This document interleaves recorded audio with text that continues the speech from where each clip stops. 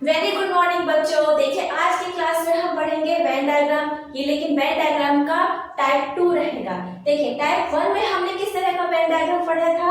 जैसे आपको बता दिया जाता है कि क्वेश्चन में दिया रहता है ब्लॉक, डिस्ट्रिक्ट और स्टेट, और आपको अलग अलग तरह के वेन डायग्राम दे दिए जाते हैं। उसमें से आपको चूज करना पड़ता है कि ये जो ब्लॉक, डिस्ट्रिक्ट, स्टेट है ये किस तरह के वेन डायग्राम का हिस्सा रहेगा। ऐसे क्वेश्चन दिया था, आपको याद होगा। इस तरह के क्वेश्चंस हमने किए हैं, है ना। अलग अलग तरह का वेन डायग्राम देते हैं और पूछते हैं कि बताइए ये ऐसे ऑप्शन में रहता है और आपको चूज करना रहता है कि ब्लॉक, डिस्ट्रिक्ट और स्टेट इनमें से किस वेन डायग्राम को सही तरह से निरूपित करता है। तो हम बताते हैं कि स्टेट के कैसे बनता है। डिस्ट्रिक्ट, बहुत सारे डिस्ट्रिक्ट से मिलकर स्टेट बनती है। डिस्ट्रिक्ट कैसे बनता है, बहुत सारे ब्लॉक से बनता है, या ब्लॉक्स से मिलके क्या बनता है, विकास खंड से क्या मिलता है, 2-3 विकास खंड मिलके एक डिस्ट्रिक्ट बनाते हैं। कुछ डिस्ट्रिक्ट्स मिलके क्या बनाते हैं, स्टेट, और बहुत सारे स्टेट्स मिलके एक देश को बनाते हैं। इसी तरह हमने देखा था गाइड, फ्रेंड और फिलोसोफर। तो देखिए जो गाइड है वो आपका फ्रेंड भी हो सकता है, जो फ्रेंड है आपका फिलोसोफर भी हो सकता है, जो फिलोसोफर है वो गाइड भी हो सकता है, या एक व्यक्ति जो फ्रेंड भी हो सकता है, गाइड भी हो सकता है और फिलोसोफर भी हो सकता है। वो इस तरह के वेन डायग्राम से हम इसको शो करते हैं, बताते हैं। ओके, और एक वैरायटी ये भी था, क्या था कि हाथी, मांसाहारी और लॉयन। इस तरह के किस वेन डायग्राम से आप इसको सही तरीके से निरूपित करके बताएंगे। तो देखिए हाथी तो हो गया आपका शाकाहारी, लॉयन शेर क्या हो गया आपका मांसाहारी। तो मांसाहारी में अकेला शेर या बाघ नहीं होता है, और बहुत सारे जानवर होते हैं जो कि मांसाहारी होते हैं। उन बहुत सारे मांसाहारी में से एक मांसाहारी लॉयन होता है। तो इस तरह के वेन डायग्राम से हम इसको अच्छी तरीके से निरूपित कर सकते हैं या प्रदर्शित कर सकते हैं। तो वेन डायग्राम क्या होता है, बहुत बड़ी चीजों को छोटे में दिखाने का एक तरीका होता है। इसको आप देख के अच्छे से समझ सकते हैं। लेकिन आज जो हम वेन डायग्राम पढ़ेंगे उसमें क्या दिया रहेगा, आपको आंकड़े दिए रहेंगे। ओके, अब उन आंकड़ों को देखकर हमें क्वेश्चंस के आंसर्स करने होते हैं। तो देखिए मैं आपको बता रही हूँ हम लोग उसको कैसे करेंगे। एक सेकेंड, इसको थोड़ा साफ कर लें। अब अभी जो हम वेन डायग्राम पढ़ेंगे उसमें आंकड़े दिए रहेंगे। आंकड़े किसी के ऊपर भी हो सकते हैं, जैसे कह दिया जाता है कुछ व्यक्ति 10 व्यक्ति चाय पीते हैं, 15 व्यक्ति कॉफी पीते हैं, 5 व्यक्ति चाय और कॉफी दोनों पीते हैं। तो सब वेन डायग्राम से कैसे बताएंगे। और आंकड़े दिए जाते हैं, जैसे एक हॉस्टल है, हॉस्टल में 7 के बच्चे रहते हैं, 6 के बच्चे रहते हैं, 8 के बच्चे रहते हैं। तो बताइए कि 7 के बच्चों की संख्या कितनी है, 8 के बच्चों की संख्या कितनी है। और कॉमन क्वेश्चंस में क्या आता है, इन जनरल कॉमन क्वेश्चंस जो है, जैसे यहाँ पे लिख रखा है मैंने, डॉक्टर है, खिलाड़ी है, कलाकार है ना। तो वेन डायग्राम में जरूरी नहीं है कि वृत्ताकार का ही प्रयोग हो, इसमें अलग अलग जो आकृतियां होती हैं इनका प्रयोग किया जाता है। त्रिभुज का, वृत्त का, आयत का और वर्ग, ठीक है। इस तरह से आकृतियों का प्रयोग किया जाता है। जैसे एक क्वेश्चन हम लोग ले लेते हैं, जो त्रिभुज है ये चाय पीने वालों की संख्या को दर्शाएगा, और वृत्त है ये कॉफी पीने वाले लोगों की संख्या को दर्शाएगा। अभी हमसे दो को लेकर मैं आपको बताती हूँ किस तरह के क्वेश्चन आएंगे। तो एक आपका बन गया वृत्त और एक आपका बन गया त्रिभुज। ओके, अब अगर हमने यहाँ पे लिख दिया 10, यहाँ पे लिख दिया 15 और यहाँ पे लिख दिया 5, तो ये जो चाय है ये क्या है, ये चाय पीने वालों की संख्या है और ये कॉफी पीने वालों की संख्या है। तो अगर आपसे कोई क्वेश्चन पूछे ऐसे व्यक्तियों की संख्या बताइए जो सिर्फ केवल चाय पीते हैं, तो आप क्या बताओगे, केवल चाय पीते हैं। देखिए चाय तो इतने सारे बच्चे लोग पी रहे हैं, चाय कौन कौन पी रहा है, यहाँ पर कितने लोग पी रहे हैं, 10 और 5 हो गए, 15 लोग चाय पी रहे हैं। लेकिन आपको पूछा है ओनली टी, केवल चाय पीने वालों की संख्या, तो केवल चाय पीने वालों की संख्या क्या आएगी, 10। क्यों, क्योंकि 5 जो लोग हैं वो चाय भी पीते हैं और कॉफी भी पीते हैं। तो ये जो बीच का जो कॉमन हिस्सा है, ट्रायंगल का भी और वृत्त का जो कॉमन हिस्सा है, ये चाय और कॉफी दोनों पी रहे हैं। अगर आपसे क्वेश्चन में पूछा जाएगा कि चाय और कॉफी दोनों पीने वालों की संख्या बताइए, तो वो हो जाएगी 5। क्वेश्चन में पूछेगा कि ओनली कॉफी, केवल, ओके, केवल कॉफी पीने वालों की संख्या बताइए। तो हम क्या करेंगे, 15 बताएंगे। लेकिन कॉफी पीने वालों की संख्या पूछेंगे, जिसमें पूछेगा आपको कॉफी पीने वालों की संख्या बताइए। कॉफी पीने वालों की संख्या बताएंगे 15 और 5, 15 प्लस 5 तो आप बताएंगे 20। क्वेश्चन को एक बार फिर से ध्यान से समझने का कोशिश करिए कि इस वेन डायग्राम में आपको क्या बताया जा रहा है। ट्रायंगल से बताया जा रहा है चाय पीने वालों की संख्या, फिर से बताया जा रहा है कॉफी पीने वालों की संख्या, और जो दोनों के बीच का जो कॉमन हिस्सा ये बता रहा है कि चाय और कॉफी दोनों चीज ये लोग पीते हैं। अगर चाय वालों की पूछेगा कि चाय, जो व्यक्ति सिर्फ चाय पीते हैं उनकी संख्या बताइए, तो 10 और 5 जोड़ के 15 बताएंगे। सिर्फ चाय पीने वालों की संख्या में आप क्या बताएंगे, सिर्फ 10 बताएंगे, ओके, क्योंकि सिर्फ चाय पीते हैं, कॉफी नहीं पीते। इसी तरह सिर्फ और सिर्फ कॉफी पीने वालों की संख्या क्या बताएंगे, 15 बताएंगे। लेकिन कॉफी पीने वालों की संख्या कितनी हो जाएगी, 15 और 5 20। तो आपको क्वेश्चन में आंसर करते समय ये जरूर ध्यान देना है कि क्वेश्चन में क्या शब्द का प्रयोग किया गया। केवल कॉफी की कॉफी, केवल चाय की चाय। अगर चाय पूछेगा तो सबको जोड़ दीजिए, कॉफी पूछेगा तो सबको जोड़ दीजिए, केवल चाय पूछेगा तो माइनस करके बताइए, केवल कॉफी पूछेगा तो माइनस करके बताइए, और कॉमन तो आप समझ गए। तो इस तरह से वेन डायग्राम आपका बनेगा। ये तो सिर्फ हमने 2 लिया है। इस तरीके से और भी बहुत सारे क्वेश्चन आते हैं। कई बता दिया जाता है कि ये शहर के लोग हैं, त्रिभुज में दर्शाने वाले लोग शहर के लोग होते हैं। वृत्त हो गया शिक्षित लोगों का। फिर यहाँ पे एक आयत बना देते हैं, है ना, ये इंजीनियर लोग को बता देते हैं। फिर यहाँ पर वो ऐसे करके वर्ग भी बना देते हैं। तो सब चीजों की जानकारी वो यहाँ पर दे देते हैं, और यहाँ पे क्या लिख देते हैं, संख्या लिख देते हैं।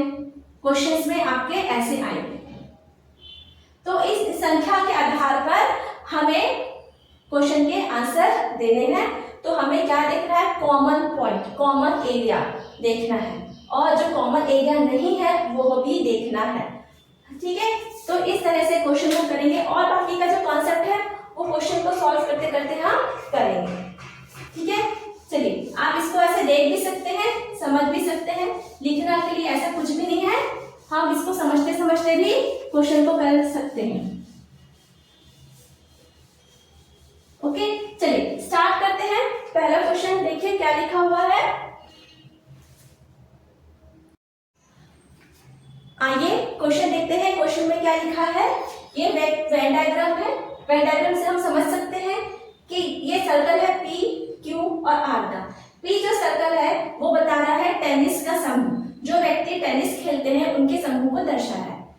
जो Q है सर्कल, वो बैडमिंटन खेलने वाले समूह को दर्शा रहा है, और जो R है वो वॉलीबॉल खेलने वाले व्यक्तियों के समूह को दर्शा रहा है। और A, B, C, D यहाँ पे लेबलिंग करके आपको दे दिया गया है। अब इस वेन डायग्राम को समझते हुए हम क्वेश्चन के आंसर्स को करेंगे। तो देखिए वेन डायग्राम में जैसे कि हम पहले भी कह चुके हैं कैसे होता है, ये 2 सर्कल होते हैं, इनमें कुछ पोर्शन जो होता है वो कॉमन होता है।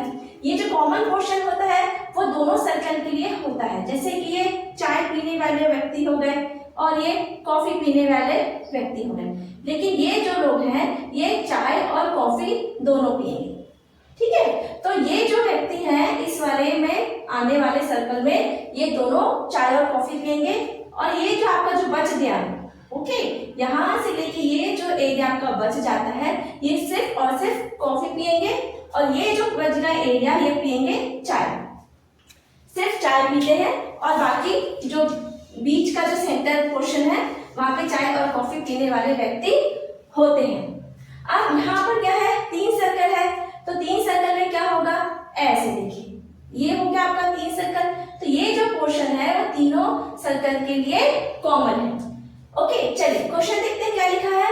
कौन सा समूह उन व्यक्तियों के समूह को निरूपित करता है जो तीनों खेल खेलते हैं। तो देखिए जो तीनों खेल खेलेंगे, अभी जैसे मैंने बताया जो तीनों खेल खेलेंगे उनका क्या पोर्शन आएगा, ये देखिए ये हो गया P, ये हो गया Q और ये हो गया आपका R। तो देखिए ये जो पोर्शन है जहां पे C लिखा हुआ है, ओके, ये जो पोर्शन है ये तीनों सर्कल का कॉमन एरिया है। तो इसका आंसर क्या हो जाएगा, इसका आंसर हो जाएगा यहाँ पर सी। ठीक है ना, क्योंकि देखिए यहां से देखिए ये एरिया हो गया पी का, ये एरिया हो गया क्यू का और ये एरिया हो गया आर का। तो ये जो पार्ट है सी पार्ट, ये तीनों सर्कल के लिए कॉमन है।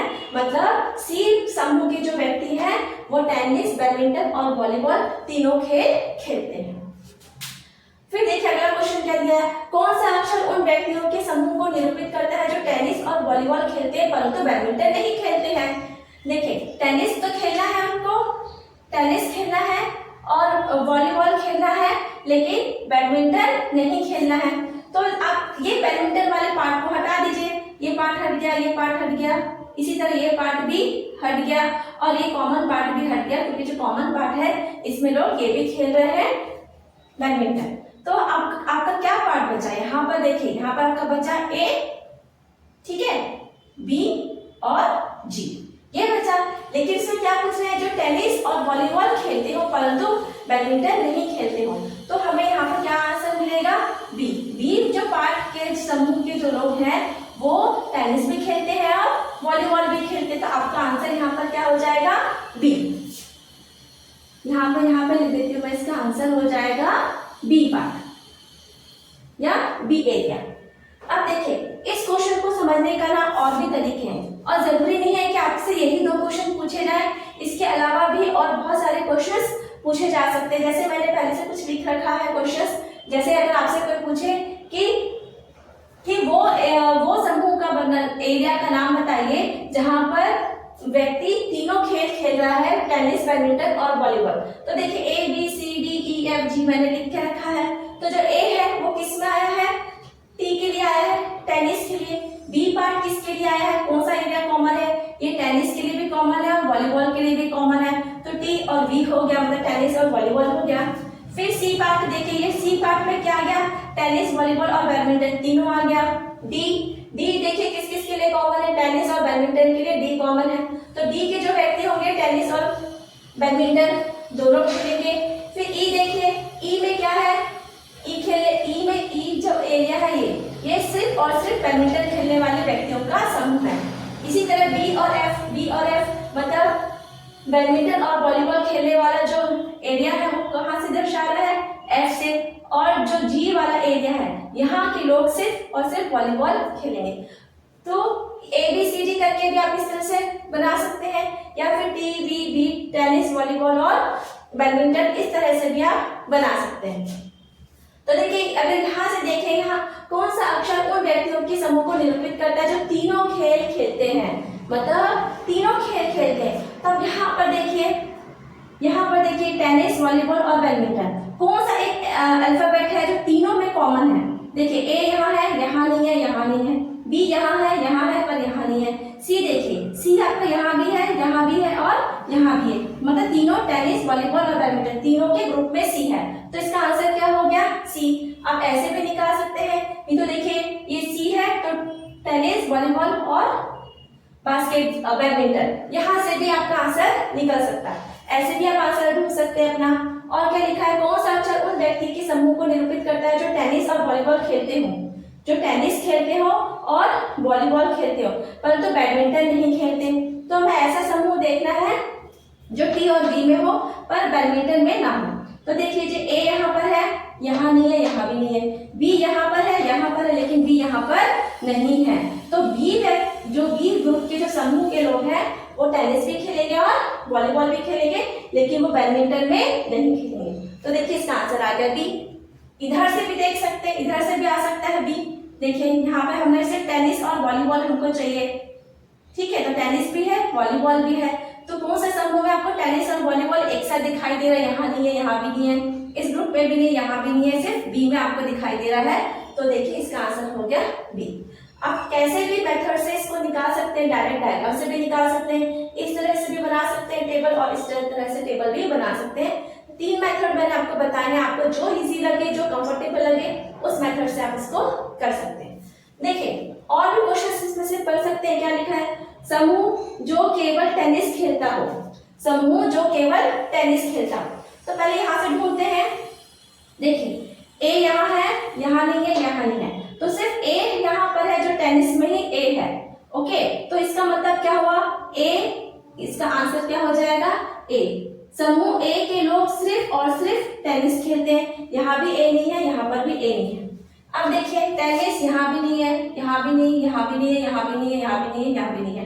टेनिस सिर्फ आपका ए में आया, ए वाले एरिया में आपका आया टेनिस। इसका मतलब है जो ए ग्रुप के लोग हैं वो सिर्फ और सिर्फ केवल टेनिस ही खेलते हैं।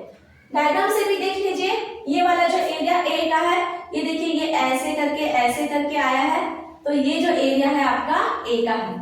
तो ए वाले जो व्यक्ति है वो सिर्फ और सिर्फ टेनिस खेलते हैं। जो डी है वो टेनिस और बैडमिंटन दोनों खेल रहे हैं। जो बी है ये टेनिस और वॉलीबॉल दोनों खेल रहे हैं। सी तो तीनों ही खेल रहे हैं, इसलिए आंसर हो गया आपका ए।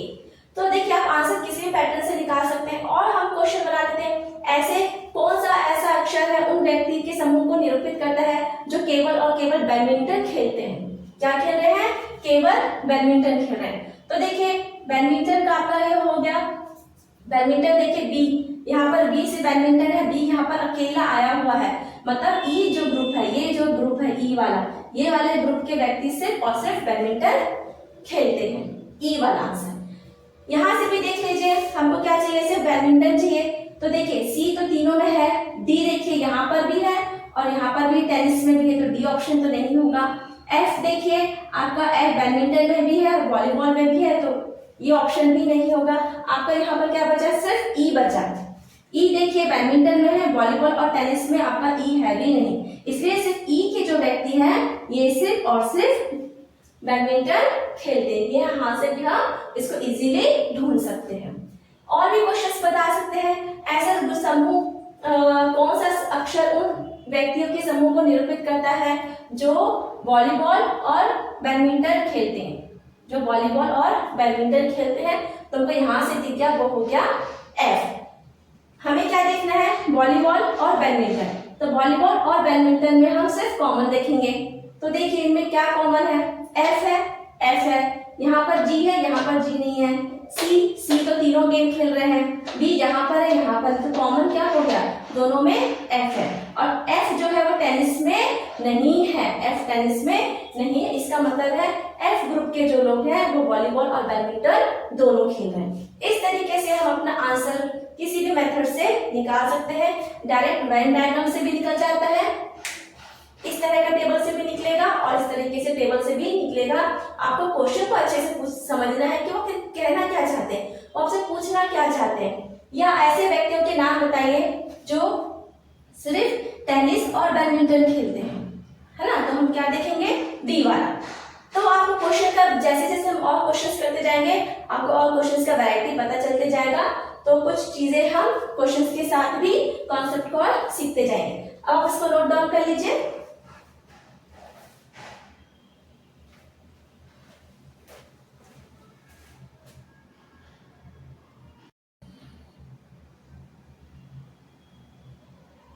ये 2020-21 का आया हुआ क्वेश्चन है।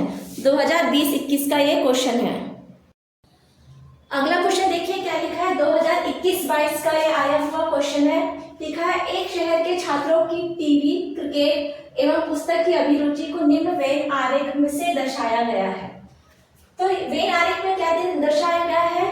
छात्रों की टीवी, मोबाइल, बुक्स और क्रिकेट जो लोग पसंद करते हैं, अभिरुचि मतलब इंटरेस्ट रखते हैं, उसको इस वेन डायग्राम से दर्शाया गया है। तो ये जो आपको दिख रहा है वर्ग, ये क्या है? टीवी का है। यहाँ से लेके यहाँ तक ये जो वर्ग दिख रहा है, ये मोबाइल पसंद करने वाले बच्चों की संख्या है।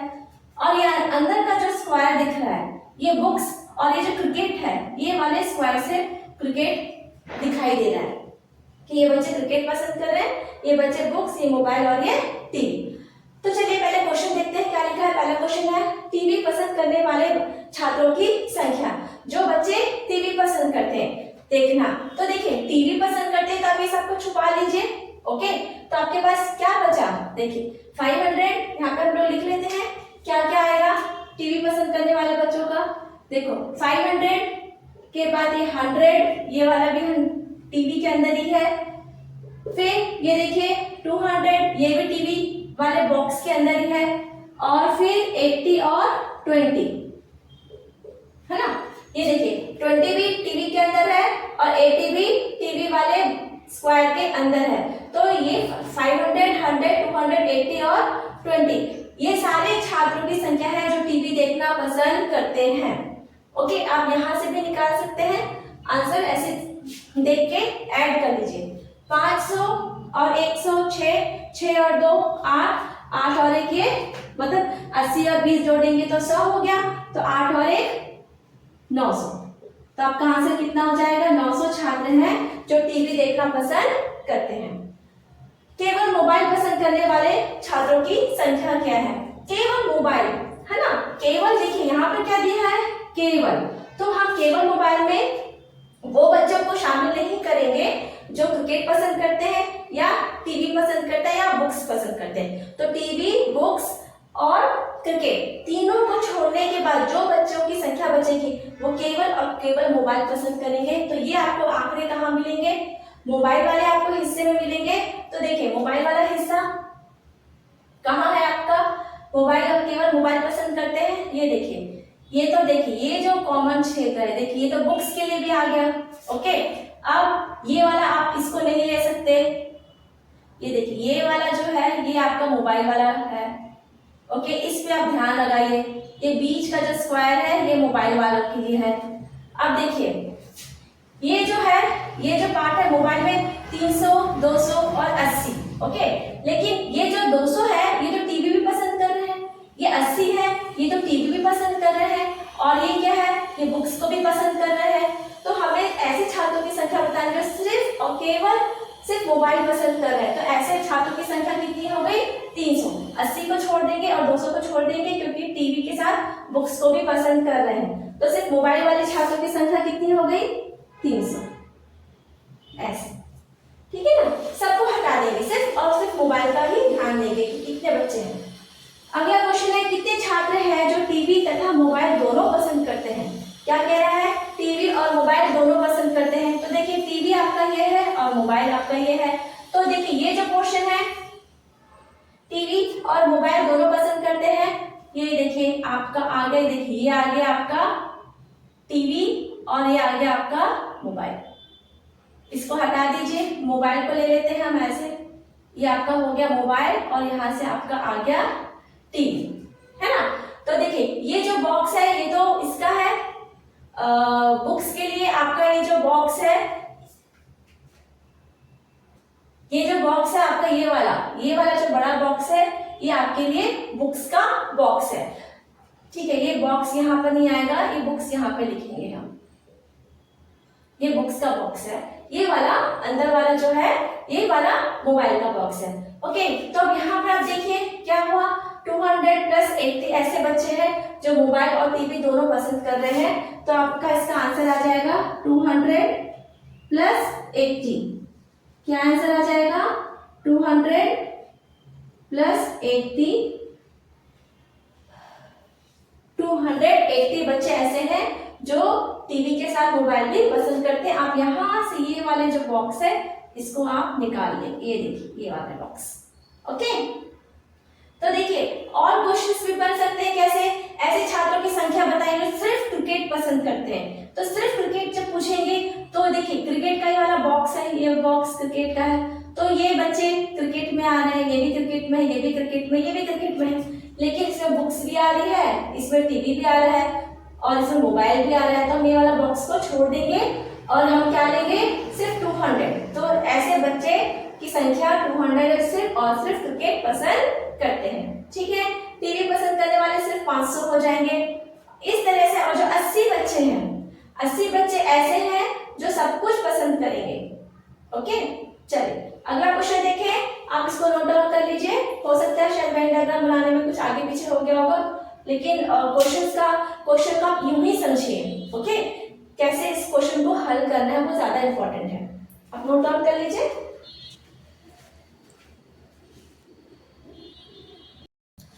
आइए अगला क्वेश्चन देखते हैं। ये 2018-19 का आया हुआ क्वेश्चन है। क्वेश्चन में क्या लिखा हुआ है? ऐसे कितने शिक्षित पुरुष हैं जो कि शहरी नहीं हैं? ठीक है, ये क्वेश्चन आपको दिया हुआ है। ऐसे कितने व्यक्ति हैं जो कि ना तो लोक सेवक है, ना ही शिक्षित है, ना ही पुरुष है, लेकिन शहरी है। तो देखिए ये जो क्वेश्चन है इसमें आपको 1 2 3 4 क्वेश्चंस मिले हुए हैं, तो बहुत इजी है, स्कोरिंग है, बिल्कुल इसको मिस मत करिए। थोड़ा सा आप इसको ना टेबल बना के भी कर सकते हैं या फिर आप मौखिक भी इसको कर सकते हैं, ये हमारे ऊपर है कि हम इसको कैसे बनाते हैं। तो देखिए क्वेश्चन को मैं समझाती हूँ क्या लिखा हुआ है। जो आयत है, ये देखिए आयत है, ये वाला आयत है सबसे बड़ा, ये किसको निरूपित कर रहा है? पुरुषों को ये निरूपित कर रहा है। त्रिभुज, ये जो त्रिभुज बना हुआ है ये किसको बता रहा है? शिक्षित लोगों को बता रहा है। वर्ग, ये छोटा सा वर्ग बना हुआ है यहाँ ऊपर में, ये किसको बता रहा है? लोक सेवक को बता रहा है।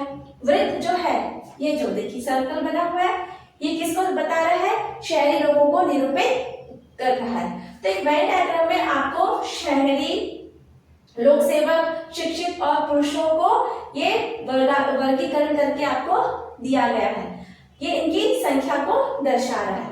अब इस वेन डायग्राम को देखते हुए हम क्वेश्चन को सॉल्व करने की कोशिश करते हैं। देखिए आप यहाँ पे टेबल भी बनाकर इस क्वेश्चन को इजीली सॉल्व कर सकते हैं, उसको हम बाद में करेंगे, पहले हम ऐसे मौखिक करके देखते हैं हमसे बनता है कि नहीं। ठीक है, देखिए ऐसे कितने शिक्षित पुरुष हैं जो कि शहरी नहीं है। ठीक है, तो हमें क्या देखना है? पुरुष किस में है? आयत में है। तो देखिए ये आयत हो गया आपका, तो हमें क्या बताना है? जो शहरी नहीं है, मतलब शहरी क्या है? वृत्त। तो वृत्त को आपको छोड़ दीजिए, ये जो वृत्त का ये है इसे आपको छोड़ना पड़ेगा और इसका आपको बताना पड़ेगा कि कितने लोग हैं ऐसे। तो ऐसे आपको कितने लोग मिल जाएंगे? और ऐसे पुरुष कितने हैं जो कि शहरी नहीं है? शहरी नहीं है मतलब आपको वृत्त को छोड़ना पड़ेगा, ये वृत्त को आपको छोड़ना पड़ेगा और शहरी बताना है। तो देखिए शहरी कितने हो गए? 8 और 14। 8 और 14 को आप जोड़ लीजिए, कितना आएगा आपका आंसर? 11। 11 कैसे आया इसका आंसर? मुझे तो यहाँ से समझ में ऐसे आ रहा है कि देखिए शहरी नहीं है तो आप वृत्त को पूरा छोड़ दीजिए, वृत्त शहरी हो गया। फिर इसके बाद क्या है? आयत लीजिए, आयत कितना बता रहा है? शिक्षित पुरुष। ओके, यहाँ पे हमको 2 चीज बोला है, देखिए शिक्षित भी बोला है और पुरुष भी बोला है। तो हम शिक्षित लोगों को देखते हैं, शिक्षित लोग हैं त्रिभुज में, ये देखिए शिक्षित, पहले आप शिक्षित निकाल लीजिए, ये हो गया आपके शिक्षित। फिर इसमें आप देखिए पुरुषों को देखिए, पुरुष का है आयत में है, और जो शहरी नहीं है, जो शहरी नहीं है तो आप इस वृत्त को हटा दीजिए। तो अब आपका क्या हुआ? ये 11 है ना। यहाँ पे आपको ध्यान देना है, शिक्षित भी होना चाहिए, शिक्षित भी होना चाहिए, पुरुष भी होना चाहिए, लेकिन शहरी नहीं होना चाहिए। तो ये जो 11 जहाँ पे लिखा है ये संख्या को दर्शा रहा है, ये आपका आंसर होगा 11। ओके। फिर देखिए अगला क्वेश्चन क्या? ऐसे कितने व्यक्ति हैं जो कि ना लोक सेवक है? देखिए लोक सेवक क्या है? वर्ग से, ना ही शिक्षित है मतलब त्रिभुज से, और ना ही पुरुषों मतलब आयत से, लेकिन शहरी है।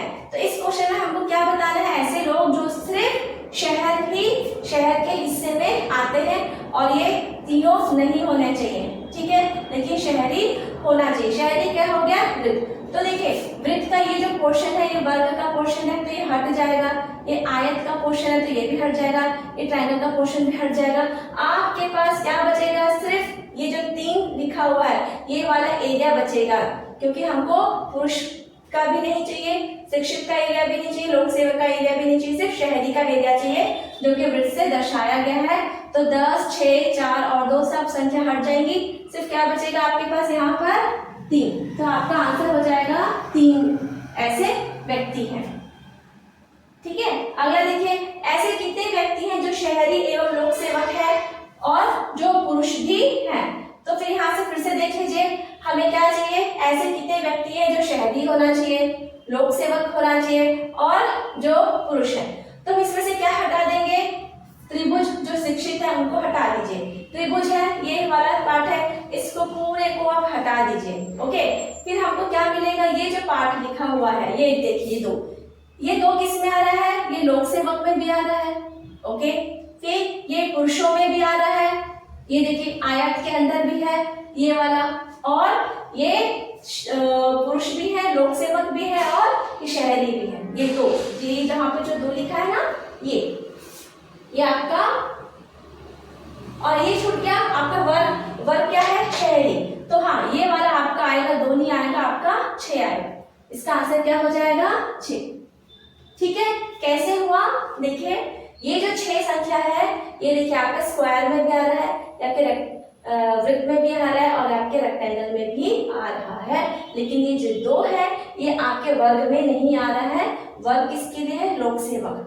तो 2 छूट जा रहा था, इसलिए जो 6 है इसमें तीनों आ रहे हैं। वर्ग भी आ रहा है, ओके, आयत भी आ रहा है और वृत्त भी आ रहा है, इसलिए आपका आंसर हो जाएगा 6। आपको थोड़ा सा ऐसा प्रैक्टिस करनी पड़ेगी, मिला के देखना पड़ेगा। फिर अगला क्वेश्चन क्या है? ऐसे व्यक्तियों की संख्या बताइए जो कि शिक्षित, पुरुष एवं शहरी क्षेत्र से संबंधित हैं। जो क्या होना चाहिए? देखिए क्या होना चाहिए? शिक्षित भी होना चाहिए, पुरुष भी होना चाहिए और शहरी क्षेत्र से संबंधित होना चाहिए। लेकिन लोक सेवक नहीं है, तो लोक सेवक किसका है? वर्ग का है। तो पूरा आप लोक सेवक को हटा दीजिए, ठीक है। तो अब हमको क्या देखना है? शिक्षित, लोक सेवक, शिक्षित, पुरुष और शहरी। तो ये कहाँ पे हमको दिखाई दे रहा है? ये वाला ट्रायंगल में। ये देखिए, ये ट्रायंगल का भी हिस्सा है, ये वृत्त का भी हिस्सा है और ये आयत का भी हिस्सा है। ये हो गया 4। इसका आंसर हो जाएगा 4। अब देखिए इसको हम यहाँ पर ऐसे भी बना सकते हैं। देखिए आयत, फिर आप लिख लीजिए त्रिभुज या फिर त्रिभुज, ठीक है, ऐसे भी लिख सकते हैं आप। फिर है वर्ग और क्या है? वृत्त। आप ऐसे भी लिख सकते हैं, या आयत में आपको क्या बता रहा है? पुरुष। त्रिभुज में क्या बता रहा है? शिक्षित। वर्ग में क्या बता रहा है? शहरी। और वृत्त में क्या बता रहा है आपको? वृत्त में आपको बता रहा है शहरी और वर्ग में बता रहा है लोक सेवक। ठीक है, अब आप ना इसको नंबरिंग कर लीजिए, है ना। पुरुष का आयत में देखिए, आयत में क्या क्या वर्ग दिख रहा है आपको?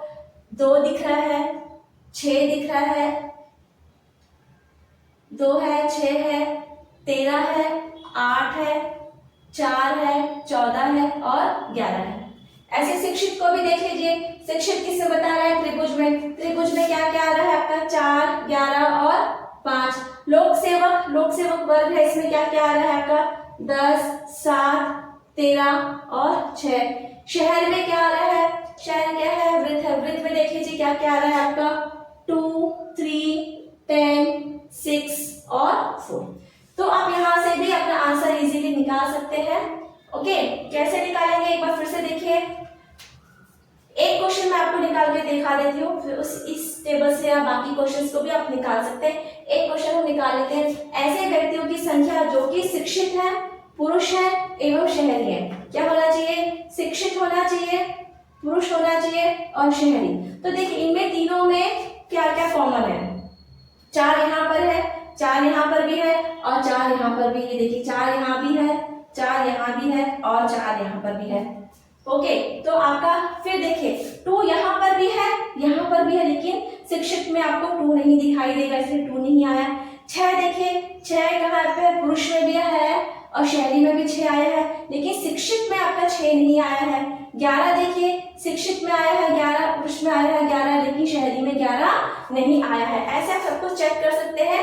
तो जो तीनों में जो संख्या जो तीनों में आएगी वही आपका आंसर हो जाएगा। चलिए एक और चेक कर लेते हैं। ऐसे कितने व्यक्ति हैं जो शहरी एवं लोक सेवक है और जो पुरुष है?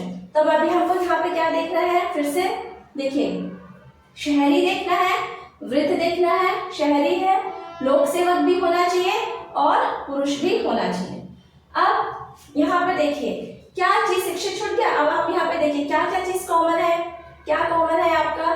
देखिए 2 यहाँ पर है, 2 यहाँ पर है, लेकिन 2 यहाँ पर नहीं है लोक सेवक में। 6 आपका पुरुष में है, 6 लोक सेवक में है और 6 शहरी में भी। ये देखिए हमको मिल गया 6 आंसर, यहाँ पे मिल गया 6 तीनों में है, तो हमारा आंसर देखिए 6 आ गया है।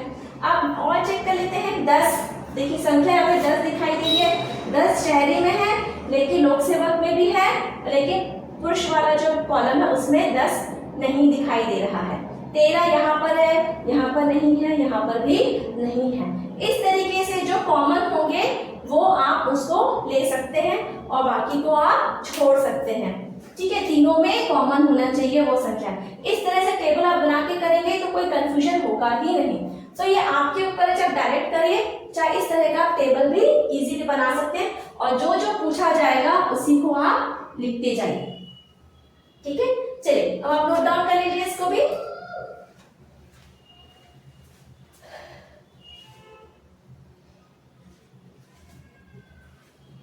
तो जो आज की क्लास में हम इसको यहीं तक रखते हैं। ये 2018-19 का आया हुआ क्वेश्चन है। ये और भी ये तो आज फर्स्ट वीडियो बना इस टॉपिक पर, वेन डायग्राम ही है। अगले वीडियो में हम और कंटिन्यू करेंगे टॉपिक। थैंक्स बच्चों for watching my video. Keep learning, keep going, practice करिए, थोड़ा सा खुद से बना के टेबल को देखिए, जरूर बनेगा। चारों क्वेश्चन एक बार में बन जाएंगे या 5 क्वेश्चन भी दिए जाते हैं, सारे क्वेश्चन आप एक बार में इजीली बना सकते हैं और अच्छे मार्क्स स्कोर भी कर सकते हैं। ओके, थैंक्स बच्चों, once again।